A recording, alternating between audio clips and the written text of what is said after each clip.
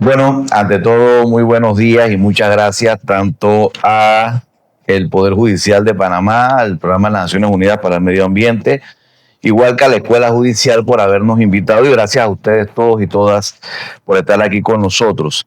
Tanto a Gianluca como a este servidor nos toca estar con ustedes estas 2 horas finales de la mañana, entre ahorita y las 12 de mediodía, y vamos a estar articulando un tema muy interesante donde Gianluca, pues, me tocará a mí introducirlo ahora a la mitad de mi presentación para que nos haga una puntualización en algunos aspectos sobre el cambio climático y luego yo retornaré nuevamente a conversar con ustedes hasta que lleguemos al periodo de preguntas y respuestas. Yo voy a estar articulando con ustedes entre esta presentación que están viendo y esta otra presentación, porque al final esto de las políticas públicas para los funcionarios del Poder Judicial tiene que aterrizarse en un entendimiento de cómo es que estas políticas públicas tienen que permear al Poder Judicial. Entonces, para poder dar un inicio en este sentido, vamos primero a ver estos aspectos sobre las políticas públicas y la articulación institucional en Panamá. Obviamente, hay que hacer un enfoque en el tema del rol judicial. Entonces, lo primero, obviamente, que nos hacemos, y a mí me gustan mucho las imágenes, porque una imagen dice más que 1000 palabras, ¿cómo logramos el equilibrio entre el ser humano y la naturaleza? Esa es una primera gran pregunta. Y la segunda gran pregunta, también en una balanza, ya no un hombre y un árbol en la balanza, sino los papeles, los documentos de nosotros los abogados frente a la naturaleza, ¿cómo logramos el equilibrio entre la justicia y la naturaleza? Escazú nos habla de la famosa o el famoso acceso a la justicia ambiental. Y Escazú es parte de la convencionalidad. La tutela judicial efectiva tiene que ver con esto. Entonces, vamos efectivamente a dar el paso, y esta imagen grábensela porque es una imagen sumamente interesante, ¿no?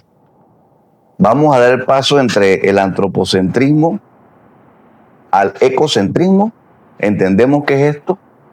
Lo primero que hay que entender es que el derecho ese que nosotros, no importa si somos romanistas, o si somos de la common law, o si somos de cualquier otro desarrollo jurídico en el mundo, el derecho siempre ha sido desarrollado de forma antropocéntrica. El ser humano en el centro de todo. El mismo concepto de derechos humanos es antropocéntrico. ¿Sí o no? Entonces, cuando comenzamos a desmembrar esto y nos damos cuenta que las leyes, las constituciones, las normas han sido hechas en base a que es el ser humano el centro del desarrollo normativo, y así ha sido hasta la fecha, entonces tenemos que tomar una decisión como sociedades. Pasar a los preceptos ecocéntricos o biocéntricos. Es decir, el ser humano es parte de algo más grande. Por eso la imagen, ¿no? Ahí está el ser humano, está el árbol, es el cerebro. Eso es todo un dilema y es el rompimiento de un paradigma. Y eso es lo que está ocurriendo ahorita en el mundo. Entonces, lo vamos a ver en esta presentación. Mi presentación, pero ya lo hicieron a la orden cuando quieran revisar el ORCID y algunas investigaciones que hemos estado haciendo con la Vicerrectoría de Investigación y Posgrado de la Universidad de Panamá y también con la Universidad de Castilla-La Mancha y la Universidad Autónoma de Guerrero de México. Pueden entrar allí, igual después les paso todo esto.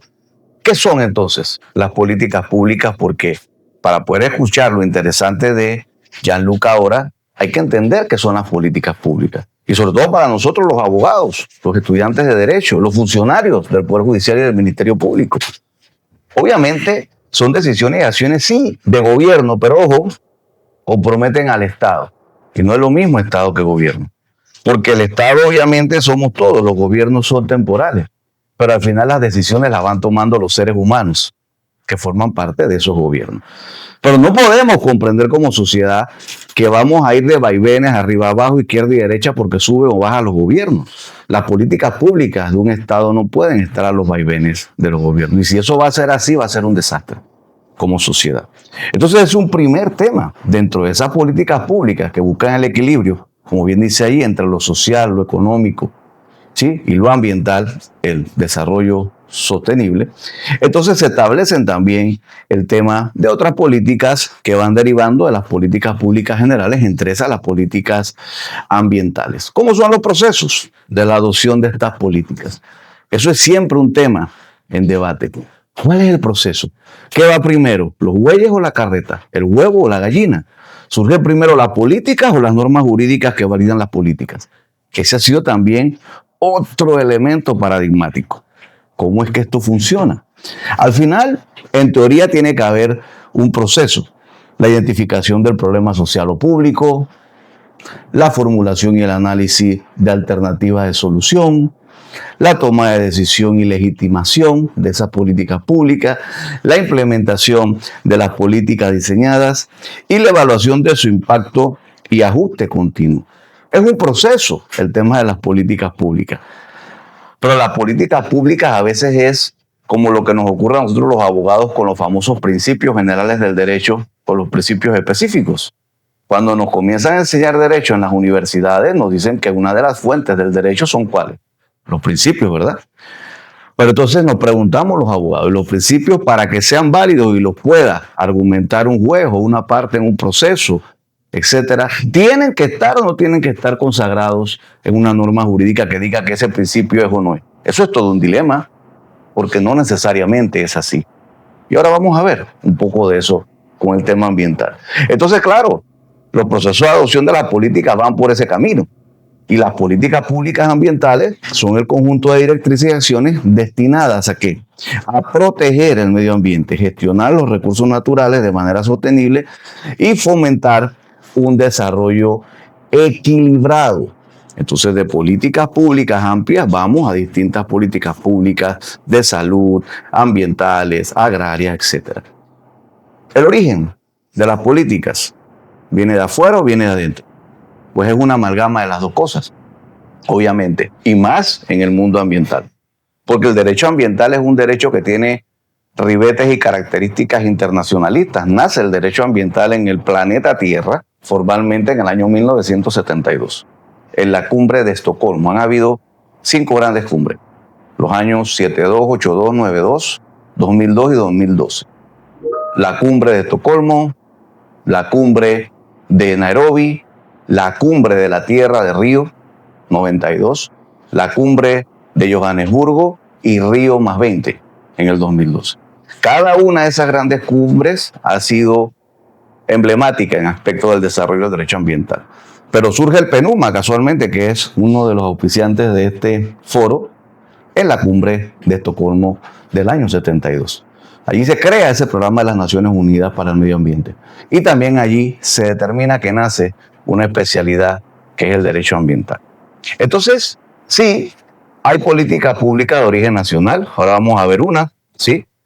Que fue un documento que yo se los traje ahí, que casualmente permitió hace algunos años, por lo menos en teoría, no estoy seguro que en la práctica, permitió algunos años que se diera una serie de políticas públicas. ¿Se acuerdan de el Pacto del Bicentenario?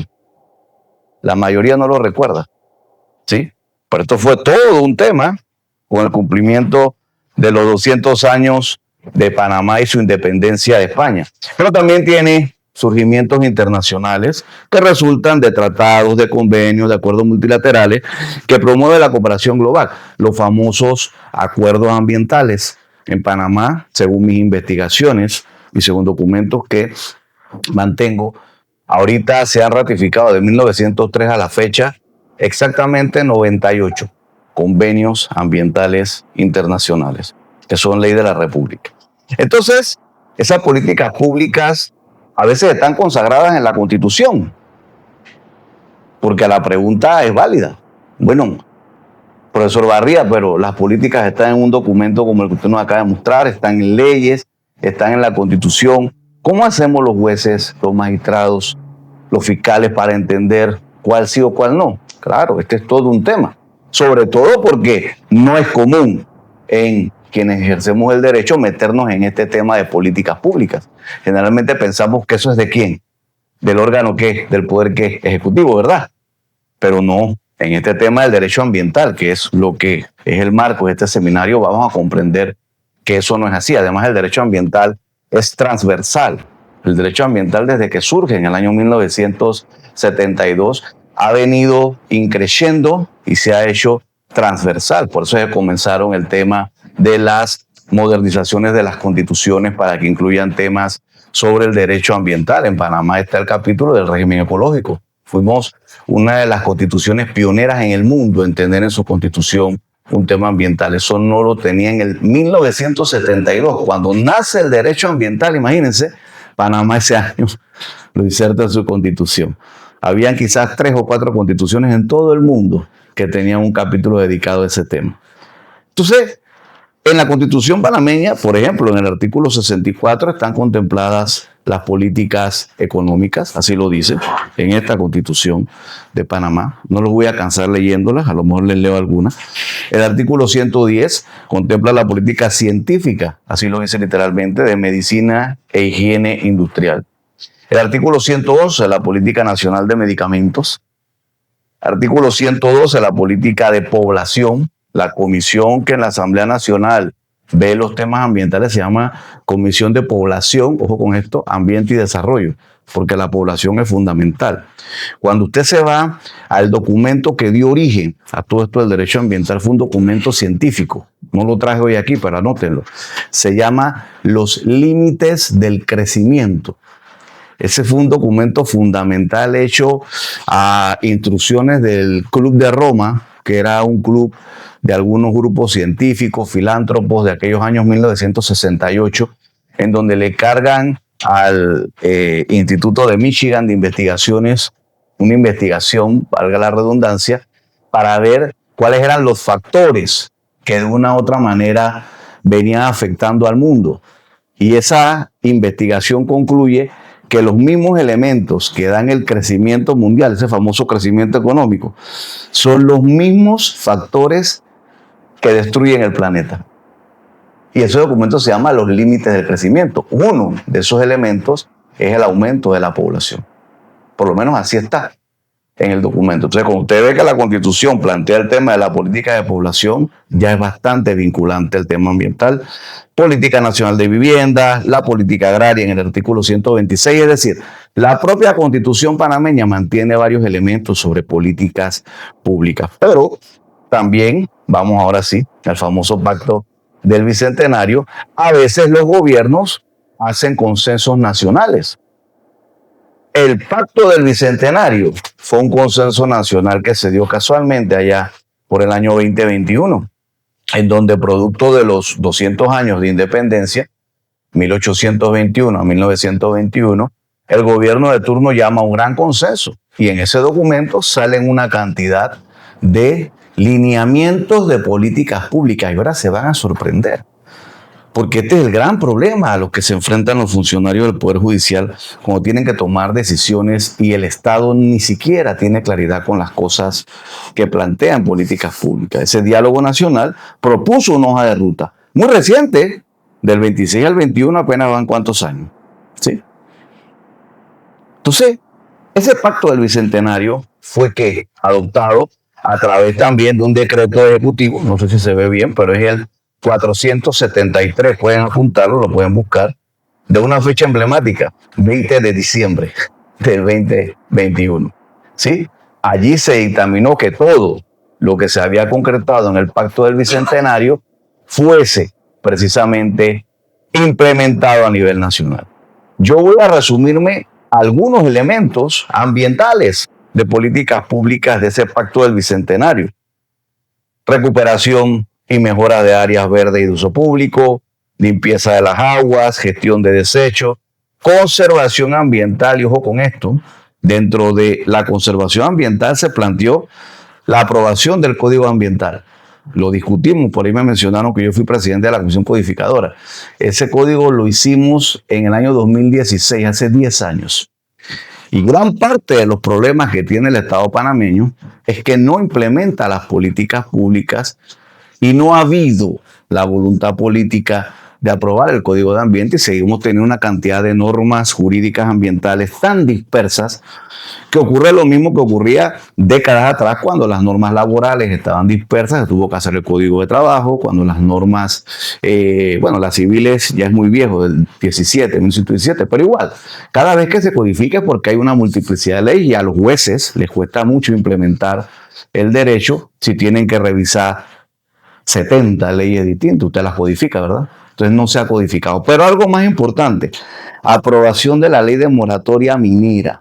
Miren ustedes, en el 2021 se determina una política pública, aquí se los voy a aumentar, y se los voy a leer, no sé si se lee atrás.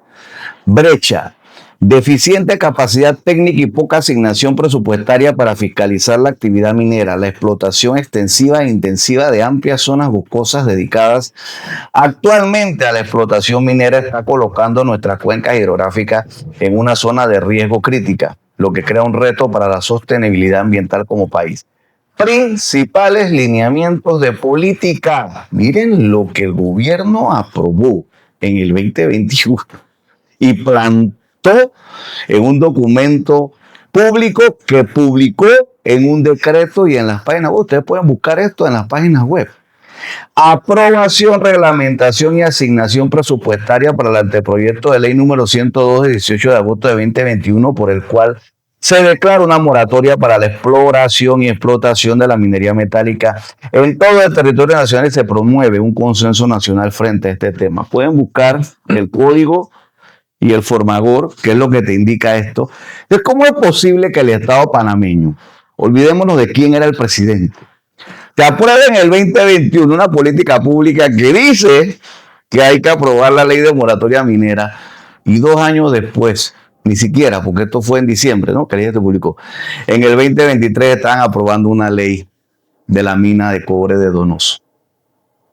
Y tiene que haber una serie de protestas públicas para que, en base a eso, no solo que la Corte declare inconstitucional aquella ley, sino que entonces se aprobó la ley 407 en diciembre de 2023, que ya 2 años antes las políticas públicas decían que había que aprobar. Entonces esa ley que está vigente, la 407, que prohíbe la minería metálica, no solamente, importante eso, tiene su origen en las protestas del 23, tiene su origen en el Pacto del Bicentenario. ¿Lo van siguiendo? Lo que pasa es que hay una desconexión entre muchos juristas, los propios poderes del Estado, porque no comprendemos que las políticas públicas están por encima en el nivel de la famosa, lo queremos decir así, pirámide de Kelsen. Cuando un Estado aprueba políticas públicas no son relajo, son para implementarse. Y si decide cambiar las políticas públicas, pues tendrá que cambiarlas, ¿verdad? No hubo ningún cambio de política pública. Es más, hasta el día de hoy esto no ha sido cambiado. Entonces, este es un ejemplo interesante de cómo es que esto funciona. Entonces, además de la Constitución que tiene políticas públicas, vamos a ver algunas de las políticas públicas que han sido materializadas en normas jurídicas como decretos, leyes también, decretos y resoluciones.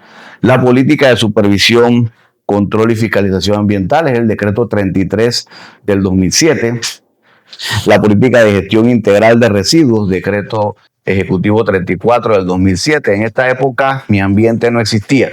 Era ANAM, Autoridad Nacional del Ambiente. Mi colega y amiga Carreiro está claro en esto. Sí, trabajamos también en ese tema bastante, ¿te acuerdas? Allá por esos años. Entonces, como la ANAM era una entidad de menor jerarquía, estos decretos generalmente se aprobaban en el Ministerio de Economía y Finanzas. Pero da igual, al final son normas públicas válidas.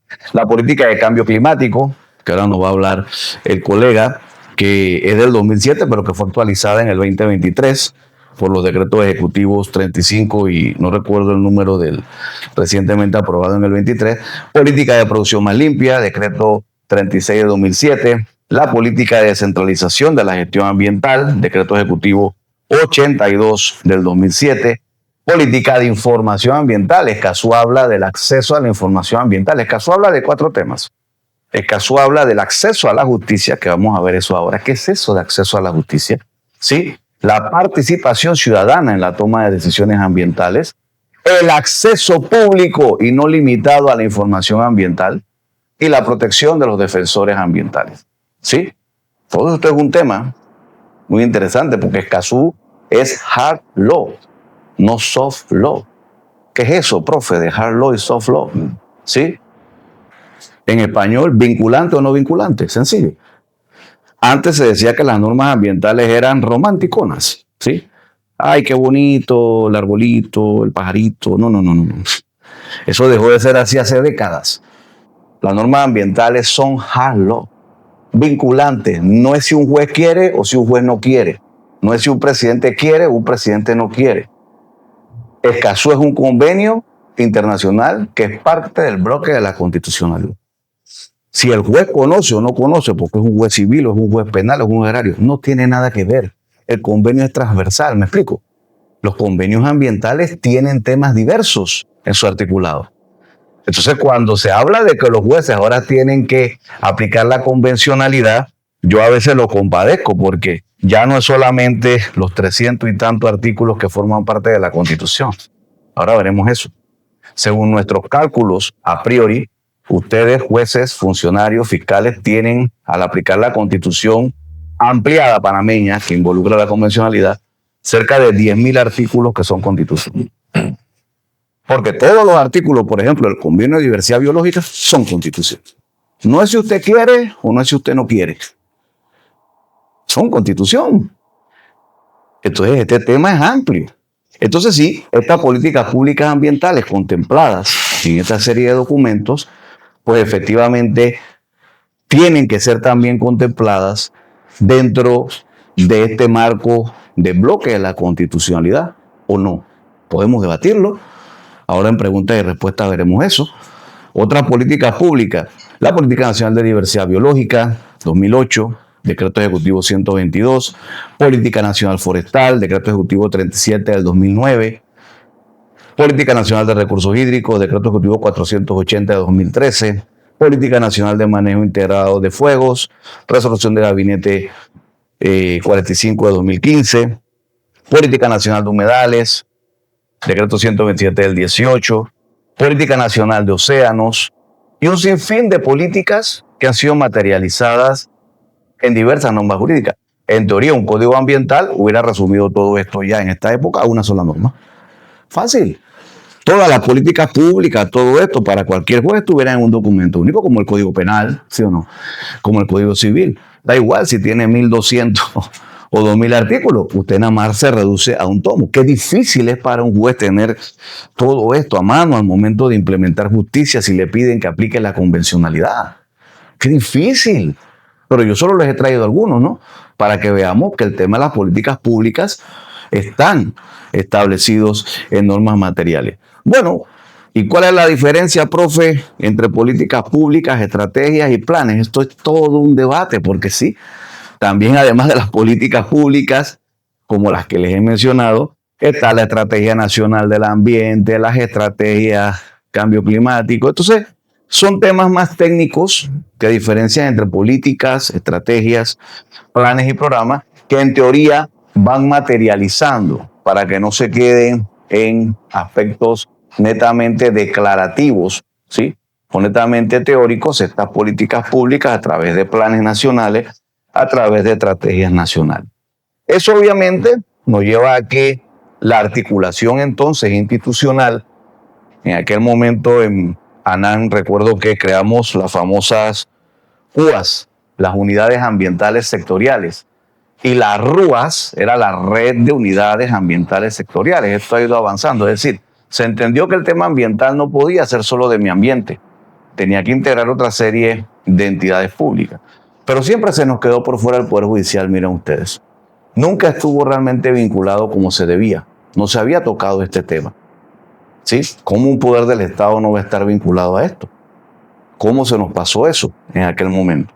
Entonces, bueno, la coordinación fomenta el trabajo conjunto entre diversas entidades públicas y privadas para lograr los objetivos. Obviamente se planifica, se desarrolla lo que les decía, los planes estratégicos que integren eficazmente la dimensión ambiental en todo, incluyendo al Poder Judicial.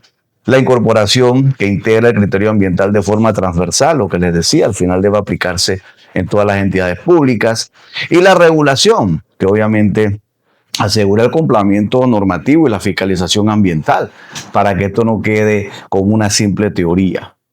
Obvio, esa coordinación interinstitucional y las unidades de gestión ambiental, por ejemplo, las UAS, ¿sí?, deben incorporar el poder judicial y el Ministerio Público.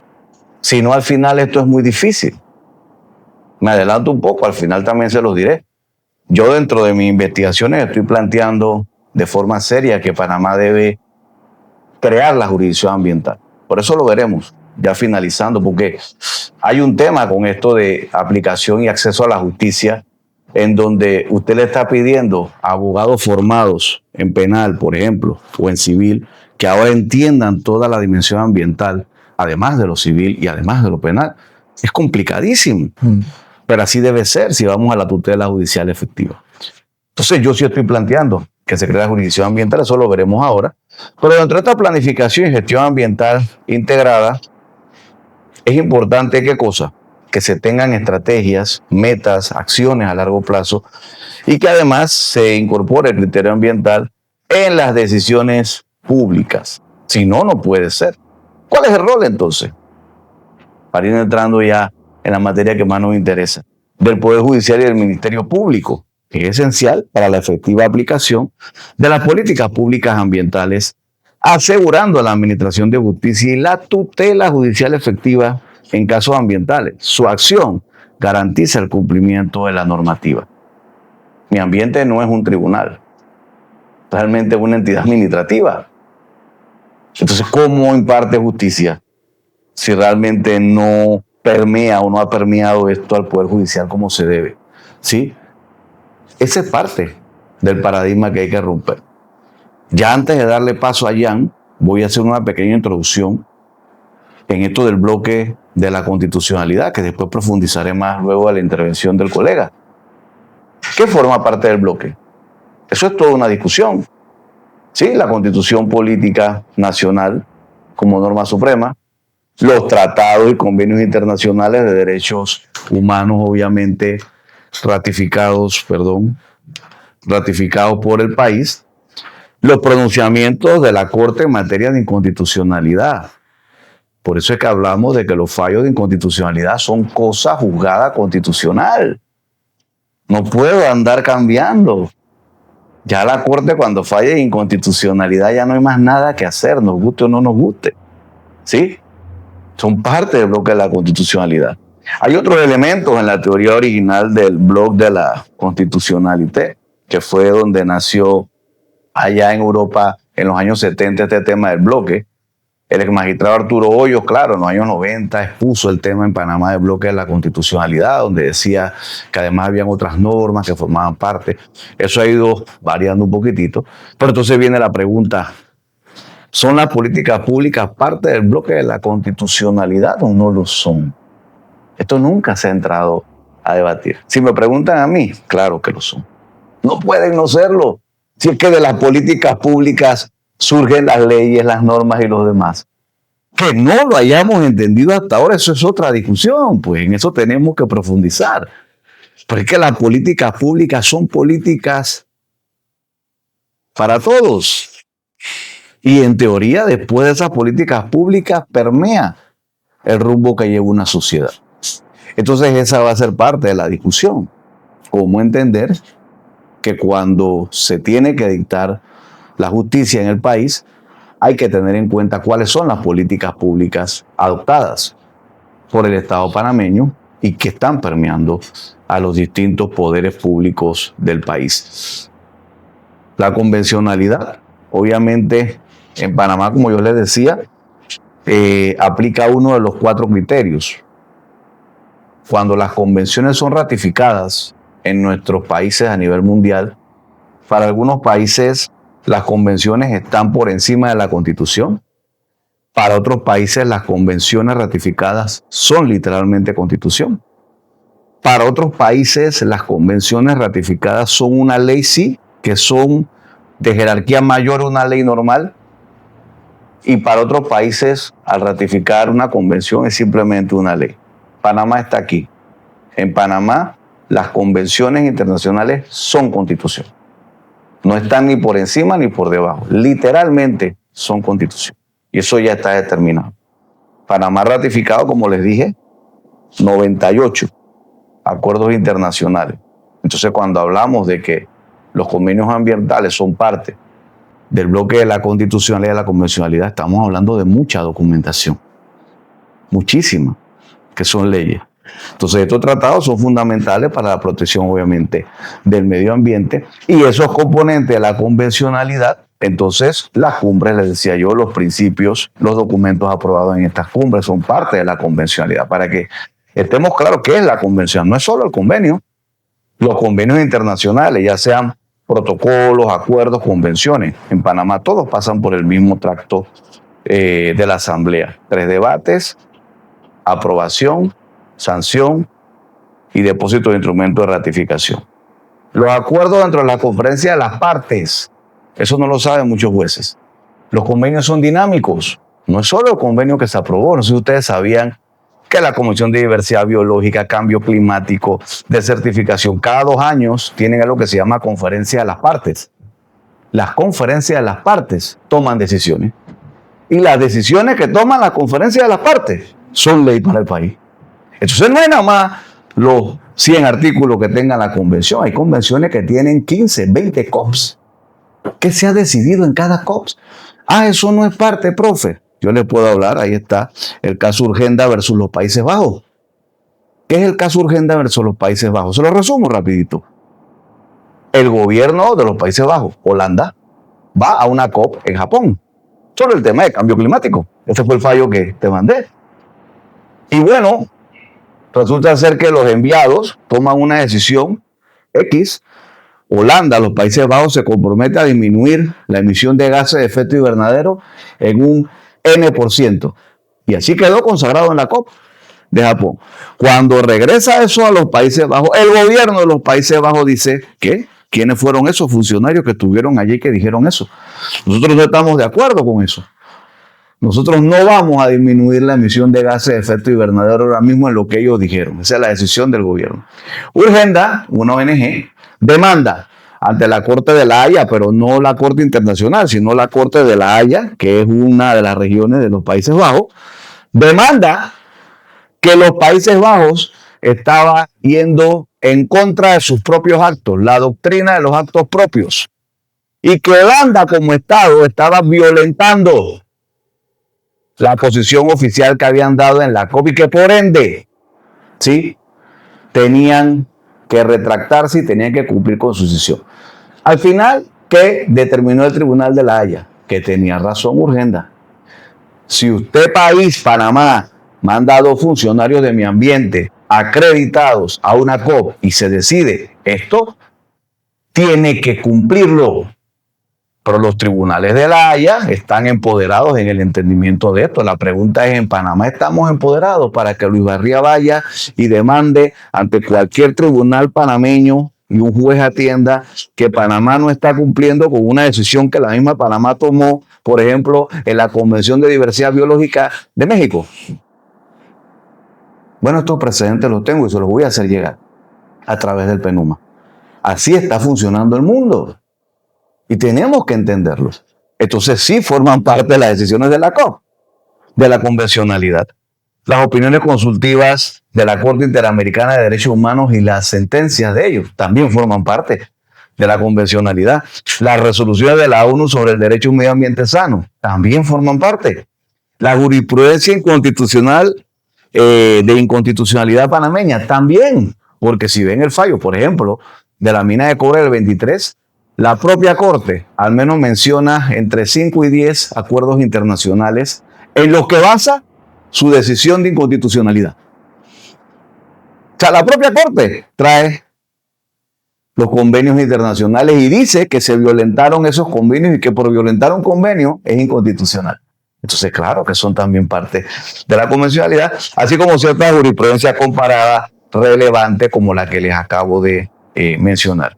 Entonces, los acuerdos internacionales y del territorio, eso lo veremos después, y los fallos de inconstitucionalidad, igual que el concepto antropocéntrico, es solo una política pública. Y es solo una de las políticas públicas ambientales. Y miren para cuánto da. La política de diversidad biológica, la política obviamente de desertificación. Entonces, ¿cómo materializamos todo esto? Aquí habíamos quedado en el paso, decía yo al principio de la presentación, del cambio de paradigma de lo antropocéntrico a lo ecocéntrico o biocéntrico, si lo prefieren. Bueno, vamos a poner un ejemplo, porque obviamente dentro del tema de los paradigmas que ahora mismo se están rompiendo, vamos a la otra presentación que les prometí, después volveremos a esta y ahí vamos a preguntas y respuestas.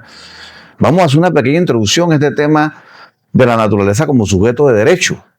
El otro día, me voy a reservar el nombre, hablaba yo con un maestro mío y me decía, mira Luis, para mí la naturaleza es un objeto. Yo sigo todas tus ponencias y sigo todas tus investigaciones jurídicas, pero yo como abogado crecí entendiendo que la naturaleza es un objeto. Para mí nunca va a ser un sujeto. Ese es uno de los grandes problemas. Los abogados no entendemos que el derecho es ¿qué? Dinámico. Y si no lo entendemos y nuestros jueces tienen 20 años de ser jueces y ya entendieron el derecho de una manera, no es que son buenos o son malos, no me malinterpreten, ¿cómo hacemos que el juez cambie y rompa paradigmas? Es muy complicado. Igual que mi maestro me decía. Entonces vamos a hacer una pequeña introducción, vamos a ver cómo esto está inserto en las políticas públicas. Hemos visto una política pública, la del cambio climático, ahora vamos a ver cómo una política pública debería permear en el Poder Judicial. Si ya lo está haciendo, si lo va a hacer o si nos va a demorar todo el cambio de una generación de profesionales para que se dé, yo no lo sé, pero es parte interesante. Introducción a la naturaleza como sujeto de derecho. Históricamente la naturaleza ha sido considerada un recurso, punto, a disposición del ser humano. Lo decía Gianluca, el tema del petróleo, ¿sí? Versus el tema, en el caso de Surinam. Son recursos que es la naturaleza, obviamente, para muchos es un objeto, con muchos componentes. Pero viene un pensamiento jurídico y en las nuevas legislaciones que comienza a reconocer la naturaleza como un ente con derechos propios. Y ahora van a ver que esto, sobre todo en Panamá, no es un tema netamente teórico, ¿sí? Es un tema de cambio de paradigma, de objeto a sujeto de derecho. Ya este paradigma se dio en el mundo. Hace algunos años, algunos cientos, cuando comenzó la tesis de las personas jurídicas, ¿qué ustedes creen que ocurría? Lo mismo. Para los romanos, ¿qué era ser persona? Eso nos lo enseñaron, ¿verdad? Tenías que haber nacido, estar desprendido del vientre materno, respirar siquiera un instante. Eso era una persona. Y cuando surgen las personas jurídicas al final, ¿qué son las personas jurídicas? Tienen pies, cerebro, patas, cabeza. Una persona jurídica, una sociedad anónima, una fundación, un patronato. No tienen nada. No son nada. Al final tienen que actuar a través de ¿quiénes? De nosotros los seres humanos. Pero en el derecho ya nos acostumbramos a entender que hay personas naturales y personas jurídicas, ¿verdad? Entonces ese paradigma lo rompimos como sociedades hace tantos años que ya ni le metemos mente a eso. Bueno, estamos en este momento en otro rompimiento de paradigma. Más personas jurídicas o más sujetos de derecho es la naturaleza que una persona jurídica y se lo voy a demostrar. Eso no lo inventé yo. El reconocimiento de la naturaleza implica que los ecosistemas y sus componentes tienen derechos inherentes que deben ser respetados y protegidos, similar a los derechos humanos. Miren qué interesante, ¿sí?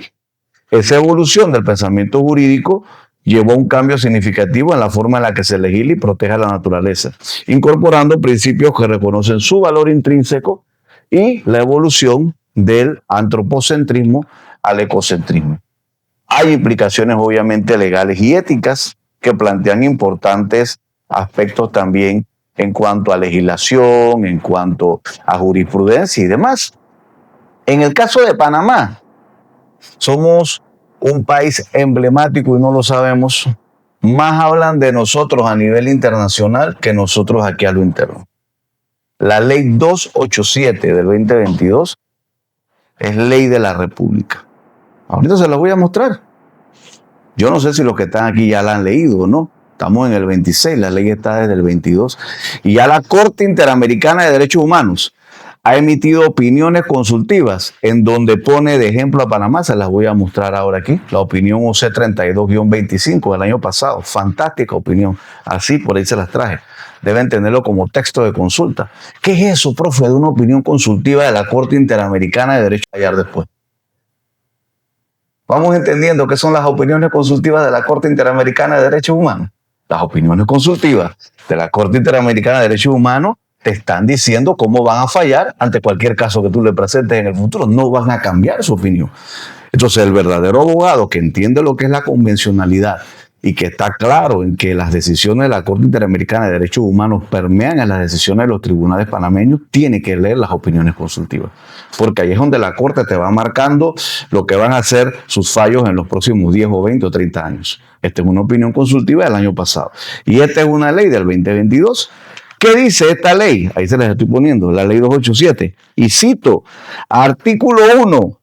Esta ley tiene por objeto reconocer a la naturaleza como sujeto de derecho, así como a las obligaciones que tiene el Estado y todas las personas, ya sean naturales o jurídicas, para garantizar el respeto y protección de estos derechos. El Estado deberá asegurar, a través de su ordenamiento jurídico, políticas públicas. ¿Se van dando cuenta? Porque está inserto totalmente en el tema que nos trae aquí hoy.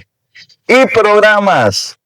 Un uso sostenible de los beneficios ambientales de la naturaleza, la prevención y control de factores de deterioro ambiental, la imposición de sanciones y la restauración por los daños causados. Además, promoverá la participación y responsabilidad ciudadana y empresarial en la materia, así como el acceso a la información y la justicia en asuntos ambientales. Esta ley incorpora los postulados del Acuerdo de Escazú al 100%, para que estemos entendiendo de qué se trata. Entonces, Panamá ya no es que aspira, ya no es que se imagina, es que la ley material ya lo dice. Ya no vamos a la discusión con mi mentor de si la naturaleza es sujeto o es objeto. Dura ley, sed lex. La ley es dura, pero es la ley. ¿Lo saben los jueces o no? Yo no sé. Pero así mismo, como ya la ley panameña dice que la naturaleza es un sujeto, ya les voy a hablar otras cosas que dice la ley. ¿Sí? Ya no tenemos que seguir el debate de si cuando yo estudié Derecho en los años 70 era un objeto o no. Eso ya fue superado. Y la ley no solamente plantea eso, miren lo que dice el artículo 5. Que esto es lo más genial de la ley panameña, porque esto solucionó el problema que ahora mismo está teniendo Europa, Chile, que Chile ya tiene tribunales ambientales. Ahora voy a hablar de eso. España, Estados Unidos y otros países. Yo les voy a traer aquí una jurisprudencia muy interesante. Toda persona natural o jurídica, individual o en asociación legal, tiene legitimación activa. Los que somos abogados entendemos que es la legitimación activa, ¿verdad? ¿Sí? En virtud del interés difuso que representa la naturaleza, para exigir el respeto y cumplimiento de los derechos y obligaciones establecidos en esta ley ante instancias administrativas y judiciales a nivel nacional. Me preguntan mis amigos los jueces, Luis Barría, si ante mí se presenta una demanda en nombre de la naturaleza, ¿debo admitirla? Sí. Sí. Ya, tenemos que superarlos. Eso es la tutela, ¿qué? Judicial efectiva. Dicen mis amigos los procesalistas, porque entonces aquí viene un choque, ¿no? Ustedes saben que los procesalistas te vienen y te plantean que la ley sustantiva sin derecho procesal, no, eso ya no es así. Eso es una justificación antigua de algo que pues lo respetamos, pero si aquí en este país, en pleno siglo XXI, ¿sí? Vamos a seguir pensando que si no tienes un código procesal que te dice que tienes que mover un pie para mover el otro pie porque los términos y esto, entonces el juez no puede dar acceso a la justicia, entonces nos quedamos siglos atrasados. Ya eso no es así. Aquí hace rato ya superó el acceso a la justicia y la tutela judicial efectiva a la existencia o no de un procedimiento. Pero debemos, sí, perfecto, legílenlo, ¿sí? O vayan a través de jurisprudencia implementando qué cosa, cómo es que vamos a hacer esto. Pero tú no me puedes negar, juez, una demanda en nombre de la naturaleza porque la ley es clara, ¿sí? Y eso es lo que no se sabe. Y esto son políticas públicas, la misma ley lo dice. Miren lo que dice el artículo 16. El Estado, a través de todas sus instituciones, el Poder Judicial es una institución, tiene las siguientes obligaciones derivadas de los derechos reconocidos en esta ley. Uno, asegurar que todos los planes, políticas y programas sean concordantes con los derechos y obligaciones de esta ley. Entonces el Poder Judicial tiene la obligación de entender esto. Y mientras va evolucionando el Poder Judicial, como tiene que evolucionar, ya sea que existan o no existan, ¿sí?, tribunales ambientales, usted no puede negar el acceso a la justicia. Por supuesto que esto es un tema donde tiene que romperse muchos paradigmas porque no se entiende. Entonces la legitimidad activa para representar la naturaleza, obviamente la representación legal directa, facilita la defensa ambiental, empoderamiento comunitario, acceso a recursos legales, fomento de la conciencia ambiental. Esos derechos de la naturaleza que contempla la ley panameña y que reconoce la Corte Interamericana: derecho a existir, derecho a mantener su integridad, derecho a ser restaurada. Claro que sí. Esta ley ha sido citada por la Corte Suprema de Justicia en diversas demandas de inconstitucionalidad, sobre todo en las de la mina. Mire, el fallo minero es uno de los compendios ambientales más interesantes emitidos por el Poder Judicial en este país. No sé si se han leído, porque hay más de 20 pronunciamientos de la Corte Suprema de Justicia con respecto a la minera Panamá, en sala, en amparos, ¿sí?, en demanda de inconstitucionalidad. Pero el fallo del 2023 recoge de una manera sustancial incluso el tema de la convencionalidad. Dice la Corte, y lo cito casi de memoria, que con respecto a los tratados de protección comercial, ¿sí?, y de protección de las inversiones que ha firmado Panamá con Canadá, bilateral, versus las convenciones, por ejemplo, los derechos del niño y de la niña, que tiene grandes componentes ambientales, el acuerdo de Escazú, el acuerdo de biodiversidad.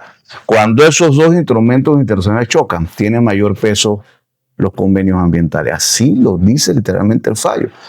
Porque por encima de los intereses de dos países económicos tiene que estar el bienestar del ambiente y de la población panameña. Entonces ya la Corte lo dijo. Por eso es cosa juzgada constitucional.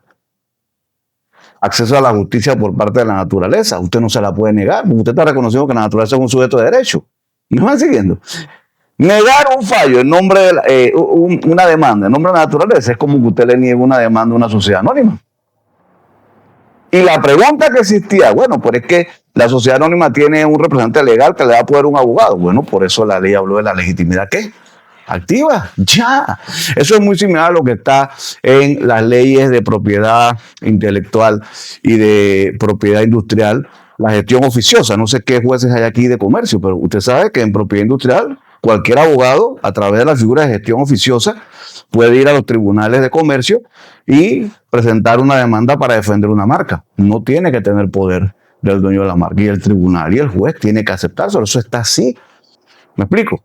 Entonces no es nada nuevo en Panamá la legitimidad activa. Ahí hay legitimidad activa para que cualquier abogado en nombre de una marca sin poder pueda representarla.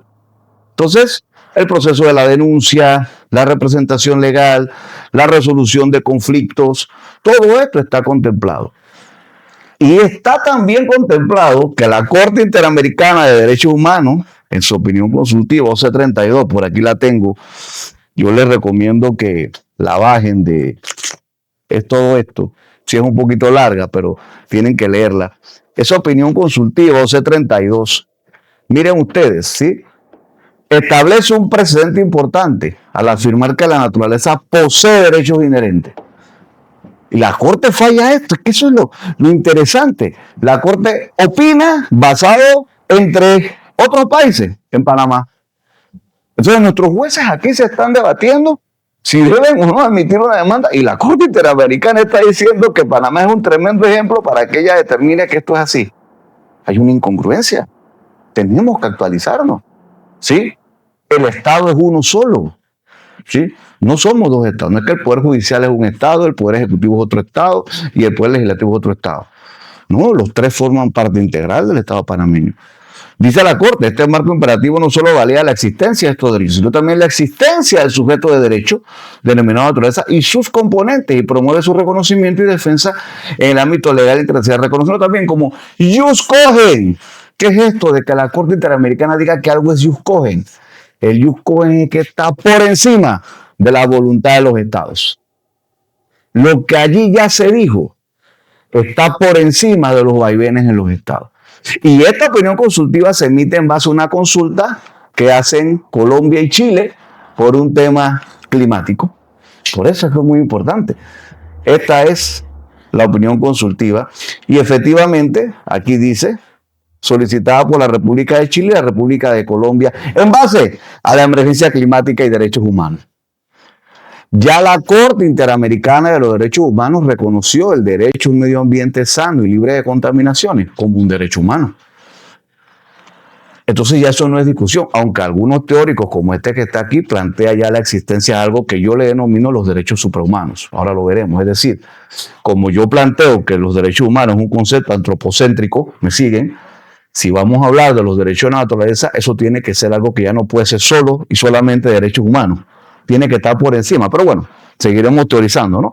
Porque el derecho es dinámico. Entonces, esta opinión consultiva, miren qué interesante, 285 cito, este tribunal toma nota de la adopción por parte de la Asamblea General de las Naciones Unidas de 15 resoluciones y 3 informes en los que se evidencia el creciente reconocimiento en jurisprudencia de la tierra y los derechos de la naturaleza a nivel mundial. De manera complementaria, en el Pacto para el Futuro adoptado por los Estados miembros de Naciones Unidas, se declara la urgente necesidad de un cambio fundamental en su enfoque, el enfoque de objeto a sujeto.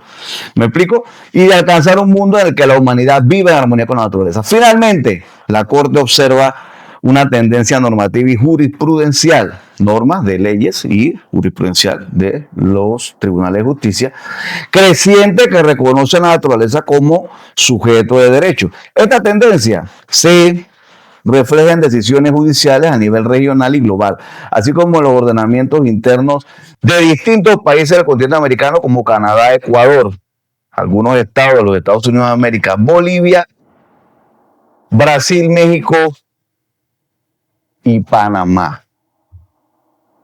Para los que no comprendamos que estamos en los ejemplos más grandes del mundo de este avance. Es cierto, a veces tenemos un problema interno de que no fluye la información como debe fluir. Abajo, no voy a cansarlo en esto, lo que plantea la Corte Interamericana aquí es la naturaleza del jus cogens en la obligación de no generar daños irreversibles al clima, volvemos al tema climático, y al ambiente. ¿Sí? Entonces, una de mis especialidades que tomé en España es la litigación climática para los futuros abogados. Este va a ser un rubro que les puede dejar mucho bienestar y trabajo. Dentro del tema ambiental ya se ha separado. Se está abriendo en el mundo ya todo un tema de abogados especialistas en litigaciones climáticas. Eso en Panamá todavía no se entendía. Pero para que sepan, hay un mundo enorme que se va a abrir y que inclusive les da espacio para litigar en organismos internacionales, ya no solamente con idoneidad en Panamá, sino ante otros tribunales de justicia. Entonces, esto lo dice pues la Corte, ahí simplemente como citan la ley 287, la que les acabo de leer, esta es la Corte citando, de 22 de febrero de 2002. Todo esto fue la base para esa decisión de la Corte Interamericana. ¿Qué es el daño ecológico entonces versus el daño ecológico puro para los jueces civiles? Y ahí es donde van a tener que darse, conforme esto vaya siendo internalizado por la Corte Suprema de Justicia panameña, es que el daño ecológico es el daño que un ser humano sufre producto de una contaminación ambiental. Lo sufro yo, mi familia, una comunidad, mis animales, mi terreno. Una mina usó mercurio, el mercurio permeó a través de la cuenca hidrográfica, mi tierra quedó contaminada, mis animales murieron, a mí me dio cáncer. Yo puedo presentar una demanda civil, que eso es más fácil y entendible para un juez, porque yo demuestro un daño en mi patrimonio o en mí mismo y lo cuantifico y bueno, entra el juez. El daño ecológico puro es otra cosa. El daño ecológico puro no es el antropocentrismo, el ser humano diciendo ay, ay, ay. No, ante un juez, juez, me duele. ¿Sí? Falle que me indemnicen, no. ¿El daño lo sufre quién? La naturaleza. Ya el juez tiene que entender el concepto más amplio. Por eso es daño ecológico puro. ¿Cómo cuantificas la extinción de una especie de la diversidad biológica? ¿Cómo cuantificas la eliminación por un proyecto minero de toda una cuenca hidrográfica? ¿Cuánto vale las cuentas ambientales que mencionaban? ¿Sí?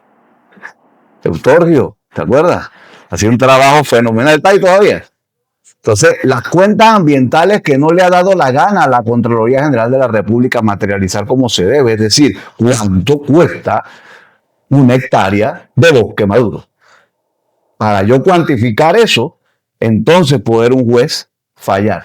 Pero es que los fallos en estos temas ambientales no van a ser netamente como estamos acostumbrados los civilistas. Aquí no es solamente una indemnización económica. La restauración, me explico, la reposición, no voy a entrar en eso. Hay otras maneras en las que el juez puede obviamente fallar si se comprueba el daño ecológico puro a la naturaleza. Entonces, todas estas cosas es importante manejarlas. No voy a entrar ya más en esto, pero hay daño ecológico y daño ecológico puro. Jurisprudencia a nivel internacional, que le va a parecer interesante. Aquí se las resumo y ahora se las voy a explicar. Viene desde el 2016, el proceso del río Atrato en Colombia, el caso del bosque de los cedros en Ecuador, el caso del Mar Menor en España. Este congreso es iberoamericano, ¿verdad? Así que yo he traído casos de Iberoamérica. Este caso de la opinión consultiva. Y vamos obviamente a entrarles en el caso del Mar Menor en España. En 2021, el Mar Menor fue reconocido como sujeto de derecho por el Tribunal Superior de Justicia de Murcia. Miren ustedes, hasta dónde llega el Poder Judicial a atreverse. En Panamá ha sido tutela legal, es decir, a través de ley se reconoció a la naturaleza como sujeto de derecho. Allá en España no había una ley que dijera lo que dice la ley 287 en Panamá. Sin embargo, un tribunal dijo, espérate, esto no puede ser. Y el Tribunal de Murcia le da, a través de su sentencia, personería jurídica humana. Así, permitiendo su defensa legal frente a actividades que amenazan su ecosistema. Este fallo representa un avance significativo y establece un precedente para otros cuerpos de agua del mundo, pero no es nada más ello. El caso del mono Naruto se lo voy a dejar. Este es un caso interesante donde le estaban reconociendo derecho de autor a un simio en Estados Unidos, pero ya ese es otro aspecto de los derechos de los sintientes y otras cosas. El caso del río Atrato, 2016, la Corte Constitucional de Colombia, tutela judicial efectiva, emitió una decisión histórica, reconoció al río Atrato como sujeto de derecho. Aquí que tanto alabamos a Colombia. Bueno, eso es aquí al lado, pues. La Corte Suprema se atrevió. Esta resolución permite que el río sea representado legalmente. En Panamá, por eso les digo, fuimos mucho más allá. Otros países han tenido que ver sus jueces como... No, en Panamá ya la ley está de 2022. Sí, ya lo dijo. Ah, no lo sabíamos. Bueno, sepámoslo. ¿Me explico? Entonces, después aquí al lado en Colombia vamos a ver el caso de los bosques de los cedros en Ecuador, que en Ecuador el tema de la naturaleza como sujeto de derecho fue consagrado en la Constitución. Ese es uno de los pocos países que todavía fue más allá que nosotros. Ahí la Constitución lo dice. En el 2021 el bosque de los cedros fue reconocido como sujeto de derecho, lo que permitió establecer medidas legales para su protección. Es un ejemplo significativo de reconocimiento de los derechos de la naturaleza.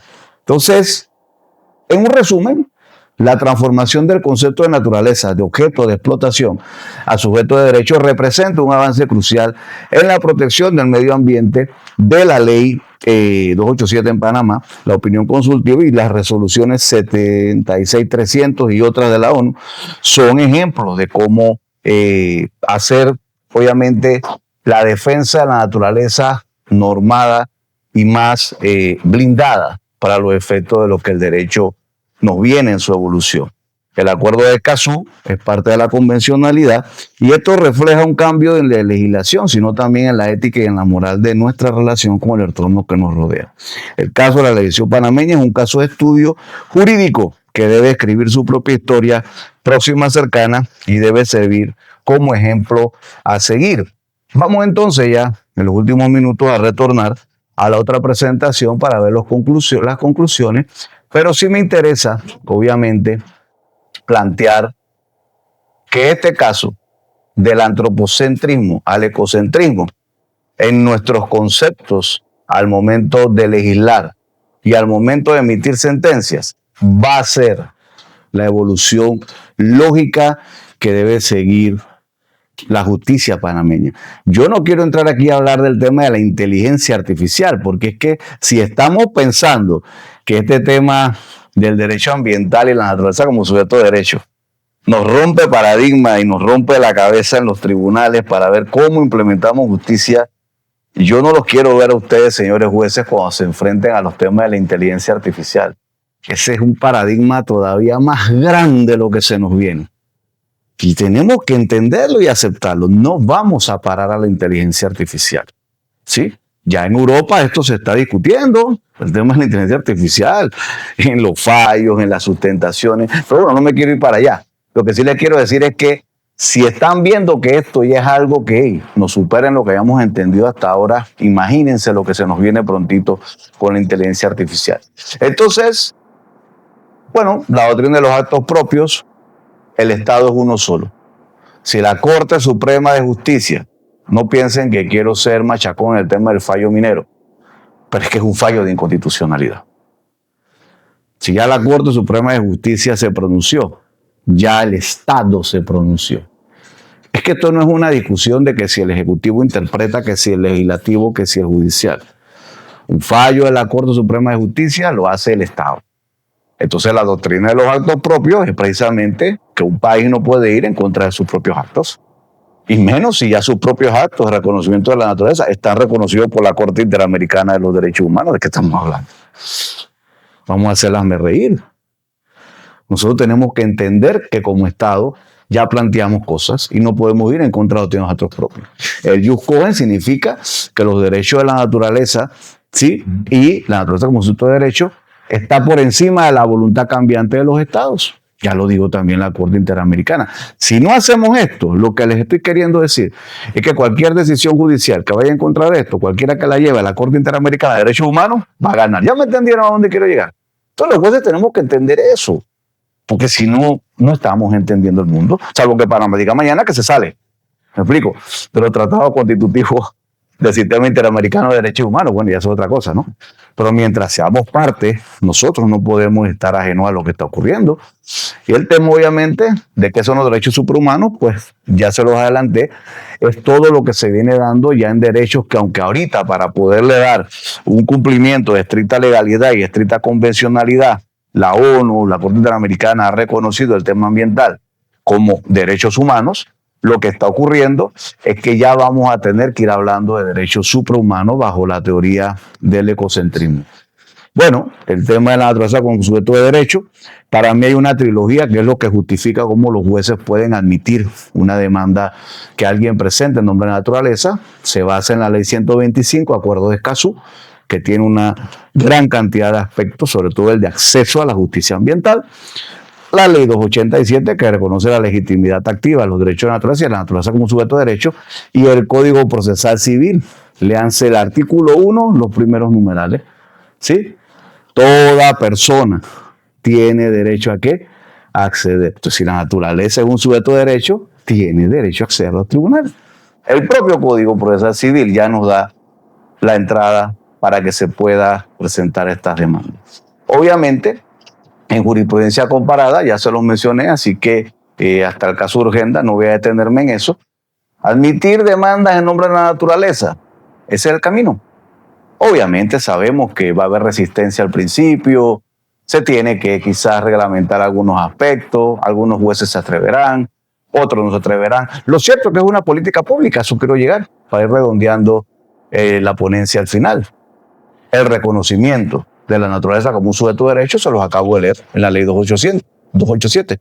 Es una política pública del Estado haber reconocido esto. Política pública que ha reconocido la Corte Interamericana y que nos ha puesto como ejemplo a nivel por lo menos del continente americano y de otras latitudes. Hacia una jurisdicción ambiental, ese sí es un planteamiento mío propio. Algunos no están de acuerdo conmigo, otros sí, pero yo soy un fiel creyente. Dentro de mi tesis doctoral, casualmente planteamos ese tema. Tomamos como ejemplo Chile, Brasil, Argentina, Nueva Zelanda.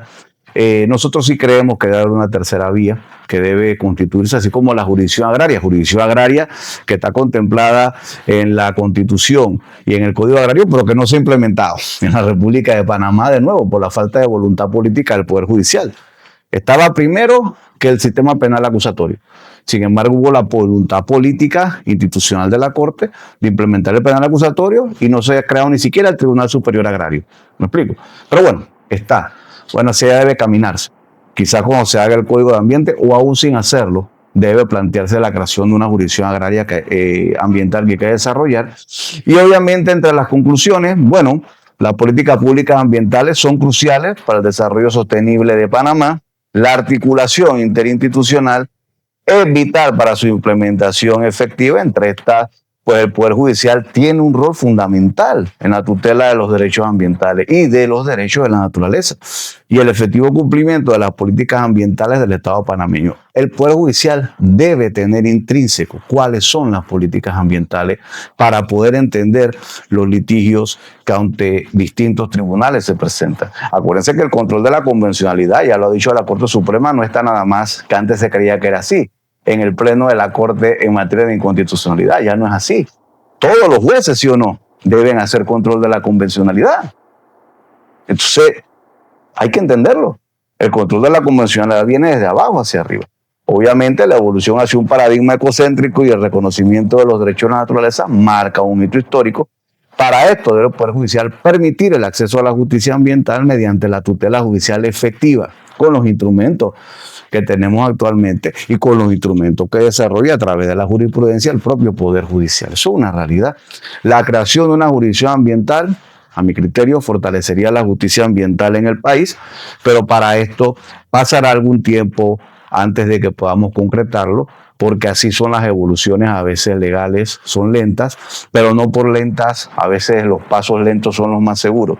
Yo creo que hay que ir caminando poco a poco hacia ese norte. Así que bueno, muchas gracias por su atención y quedamos para cualquier pregunta que ustedes tengan.